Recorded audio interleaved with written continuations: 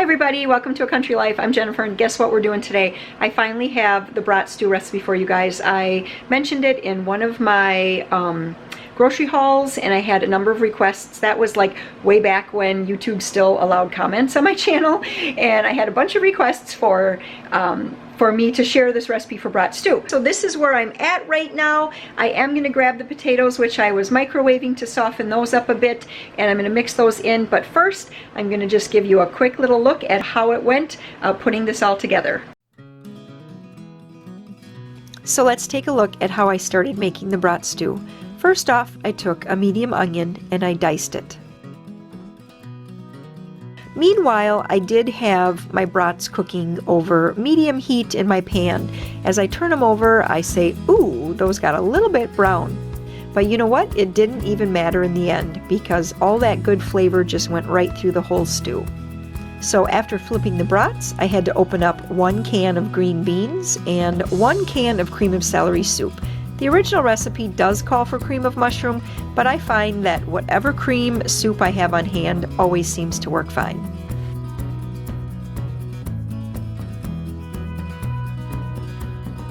So the recipe does call for 4 medium potatoes chunked into 1-inch pieces.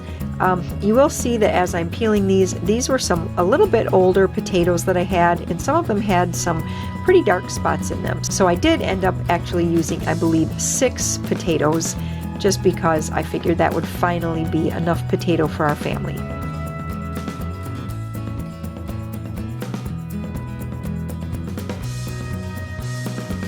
After giving the potatoes a quick rinse and cleaning out my sink, I headed back over to the cutting board to chunk my potatoes into 1-inch pieces.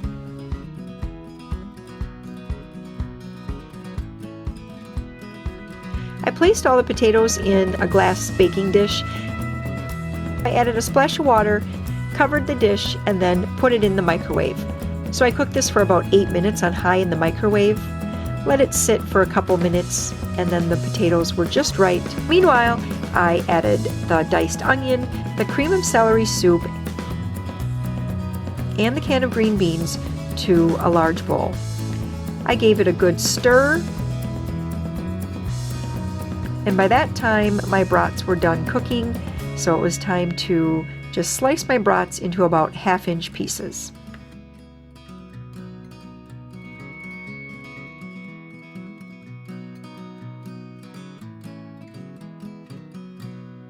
Alright, so I'm just going to dump all of these potatoes and the little bit of water that's left in them right into the dish here. This has the brats, and I put actually 10 brats in here, and 1 can of green beans with not all of the liquid.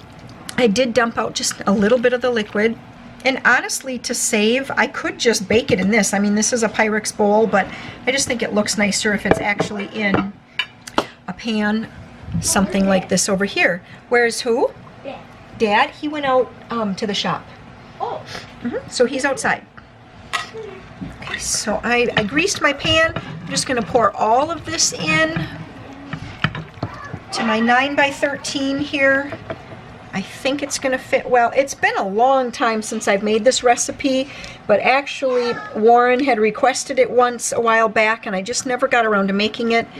And then he requested it a second time, and I thought, okay, I really need to make this for him. We have 4-H tonight. Amber ended up getting called into work and had to make the call if she was going to go to work and earn some money, or if she was going to go to 4-H, and she decided to go to work. So that means that I'll be taking Sam to 4-H tonight. So I do need to get this in the oven.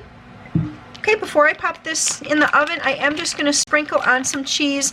It calls for about a cup of cheddar cheese, and I don't really measure the cheese. I just pour it on until it looks like something that we're going to want to eat.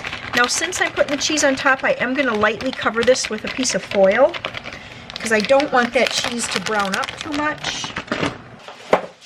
So my trick, I guess it's not a trick, but anyways, my tip is that I'm just going to spray this foil here lightly, and then I'm going to turn that over so that it doesn't stick to the cheese. I'm not going to pinch this on I'm just going to set it on there lightly. I'm going to bake this at 350 degrees, and that will be supper. All right, so the brat stew was in for about 40 minutes and at 350 degrees, and this is what it looks like.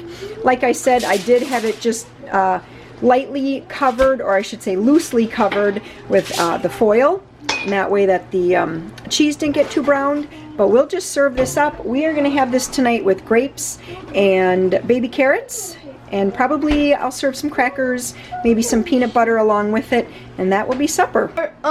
Sunset. Hey Peter, don't just Sunset. take the... There's a beautiful Brat. sunset. Yeah, sunset. Take the whole... Are you going to serve up, Joe? This is brat stew. Whoa. Okay. Whoa. He's hungry. You're going to eat all that? Oh yeah. Okay. Ah. All right, so Peter's going to take some brats. Maria's going to have crackers and peanut butter. And then we also have grapes and baby carrots down there. So that is supper here on a Monday night.